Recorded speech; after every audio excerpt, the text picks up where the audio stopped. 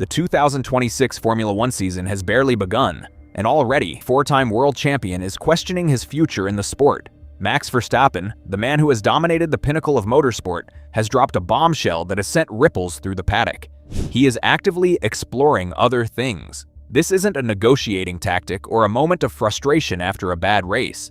This is a calculated public declaration of disillusionment from the best driver in the world, aimed squarely at the heart of Formula One's controversial new regulations.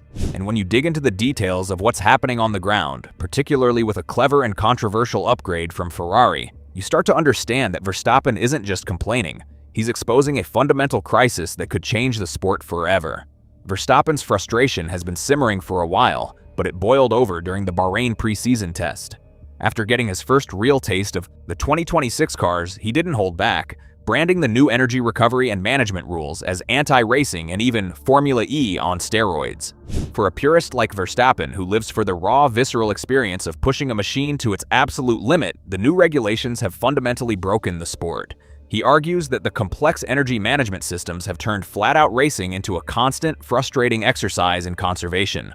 The focus has shifted from pure driving skill to a kind of hyper-miling, where drivers are forced to lift and coast, manage battery levels, and think more like computer scientists than racers. It's a change that, in his view, has stripped the soul from the sport. Crucially, Verstappen makes it clear that this isn't about whether he can win or not. When asked if a dominant, championship-winning car would change his mind, his answer was blunt and revealing. "For me, a winning car doesn't matter. It needs to be fun to drive at this stage of my career," he stated. This is the core of his bombshell. The most dominant driver of his generation is saying that winning is no longer enough to keep him in Formula One if the fundamental act of driving is no longer enjoyable. He feels the regulations have created a formula that is less about the driver and more about the engineer, less about instinct and more about algorithms. "The whole way of racing is changing," he explained, "and I would say that it is less pure. It is just the general driving experience." He knows he's stuck with these rules for a while, and that's precisely why he's already looking for an exit strategy, exploring other series where the racing is more authentic. This is where the story gets truly interesting, because Verstappen's frustration isn't happening in a vacuum. It's a direct consequence of the flawed 2026 regulations, and the perfect illustration of this is a clever and arguably cynical upgrade from Ferrari. While other teams were struggling with a farcical and potentially dangerous problem during race start simulations in Bahrain, Ferrari was sitting pretty. The new regulations have created a significant issue with turbo lag, meaning the cars struggle to get off the line cleanly and consistently. During testing, this resulted in a chaotic scene, with some cars bogging down and others nearly causing accidents. It's a fundamental problem that makes a clean start a matter of luck as much as skill. But Ferrari, it seems, saw this coming a long way off. If you're enjoying this breakdown of the political and technical battles shaping the 2026 season, make sure you subscribe to the channel. We go beyond the headlines to explain what's really happening in the paddock, and your support helps us continue to bring you these deep dives. According to Paddock Consensus, voiced by none other than Mercedes driver George Russell, Ferrari has developed a smaller turbo that spools up much faster, effectively eliminating the race start problem that is plaguing their rivals. This isn't a minor tweak, it's a significant engineering solution that gives them a major advantage off the line. But the story of how they got there is what truly validates Verstappen's criticism of the sport. Over a year ago, Ferrari team principal Fred Vasseur raised this exact issue in an F1 commission meeting, warning that the 2026 rules would create a problem with race starts. At the time, other teams reportedly dismissed his concerns. So Vasseur did what any smart team boss would do. He instructed his engineers to solve the problem themselves. While other teams were asleep at the wheel, Ferrari committed to a design path that addressed the turbo lag issue. Now, a year later, when the problem has become undeniable and other teams are scrambling for a solution, Ferrari holds all the cards. When a proposal was made to lengthen the race start preparation phase to give teams more time to manage the issue, Ferrari, having already invested time and resources into their own solution, strategically blocked it. Why should they give up a competitive advantage that they earned through foresight and clever engineering? This single move gives Ferrari and their customer teams Haas and Cadillac a potentially decisive advantage in the crucial opening moments of every Grand Prix. And this is the very heart of the issue that has Verstappen threatening to walk away. Ferrari's insane upgrade isn't insane because it's a revolutionary piece of technology that pushes the boundaries of speed. It's insane because it's a solution to a problem that the regulations themselves created. The pinnacle of motorsport, a multi-billion-dollar global spectacle, has written a rulebook so flawed that its teams have to spend millions of dollars and thousands of man-hours just to make the cars. Start a race properly.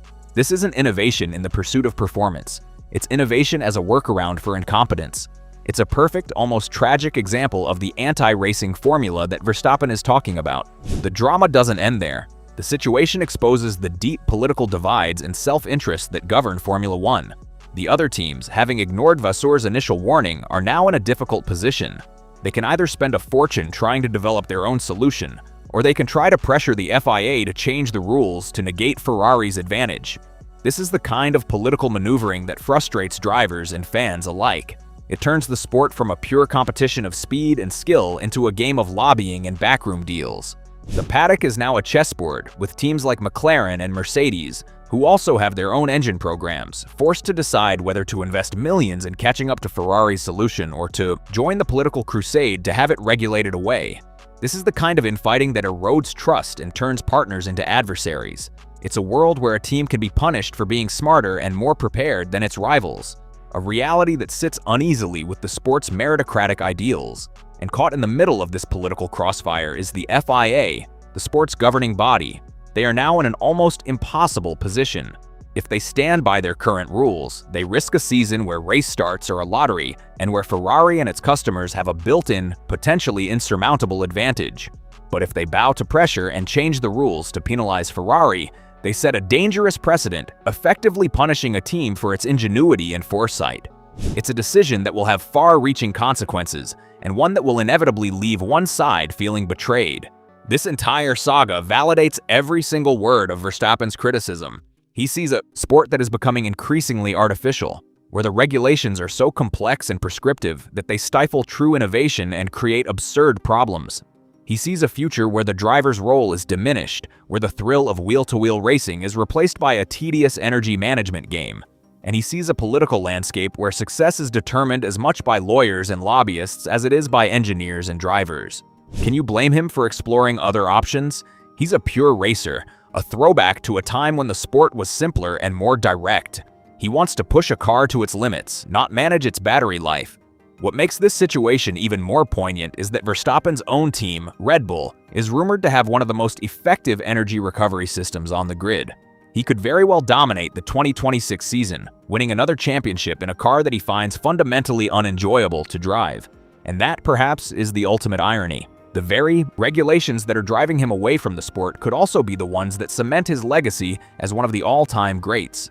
But for a driver like Verstappen, who is motivated by the purity of the challenge as much as the glory of victory, a hollow championship in a formula he doesn't respect may not be a prize worth winning.